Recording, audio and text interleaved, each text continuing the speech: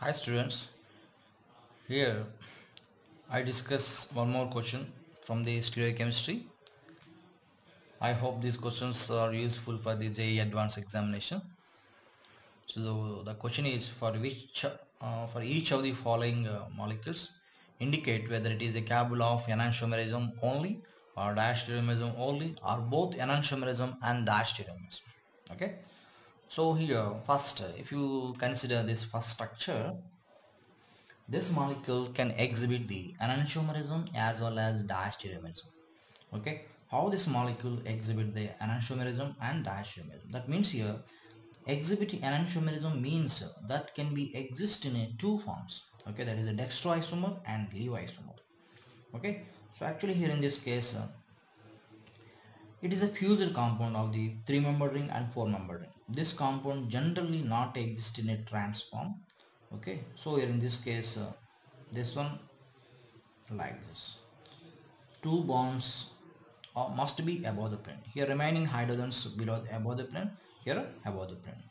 Okay, so here in this case next here methyl may be above the plane or maybe below the plane. So here in this one you can say here this one below the plane two bonds. Now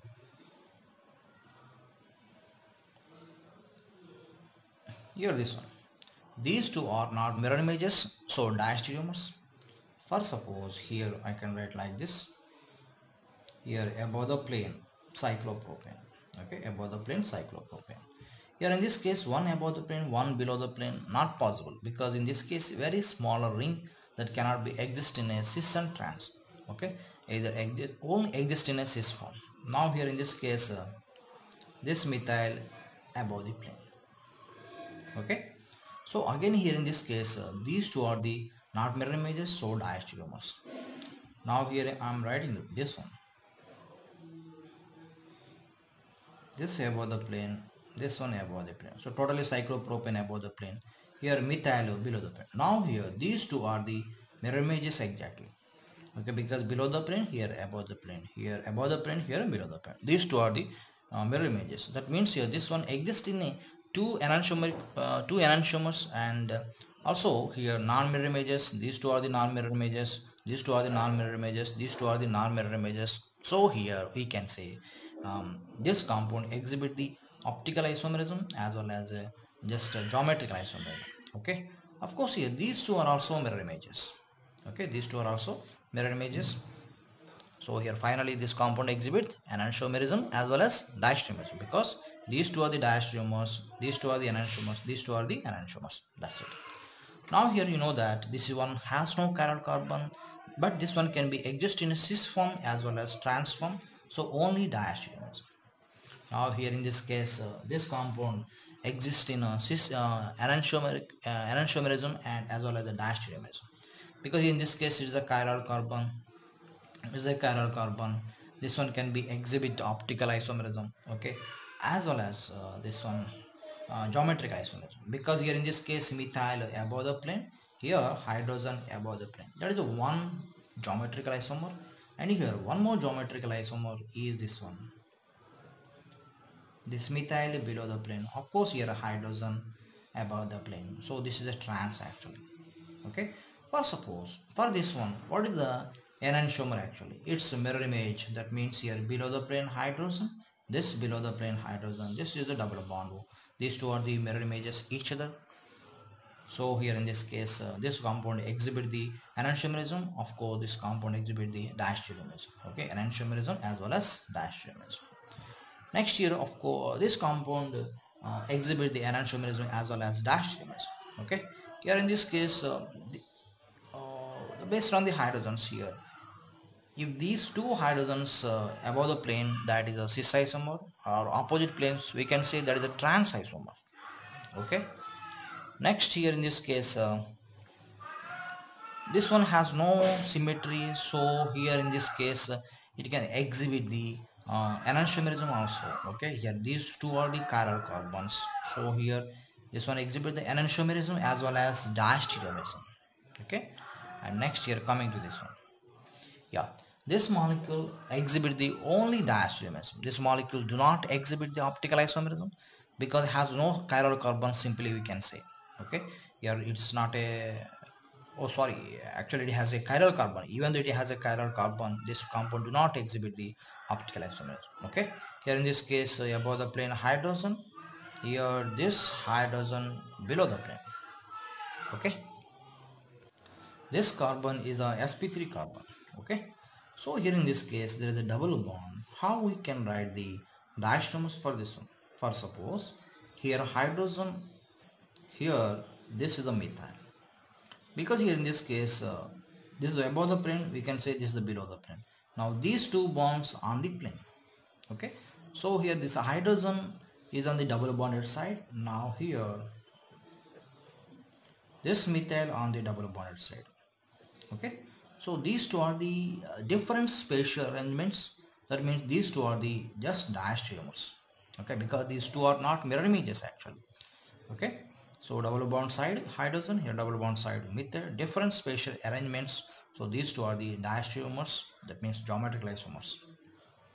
But here this compound is optically inactive compound because this molecule can be cut into two equal halves. The plane is passing through the hydrogen, methyl, this carbon. Okay, just here this one cut like this. Here center of this ring actually this is a plane. Okay, the plane is passing through the hydrogen, methyl and this carbon. Totally this ring cut into two equal halves. So here this compound do not exhibit the optical isomers. Okay, so like just here like it is a handbag like structure. Okay, or it is a structure like a barcade. Okay, that can be cut into two equal halves. That's it. Now here this one, this compound exhibit the diastereomerism.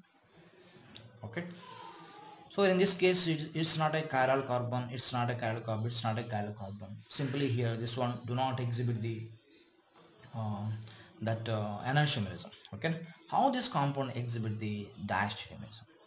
Okay, the simply you can say here in this case your hydrogen below the plane, this methyl below the plane. Now here in this case we can see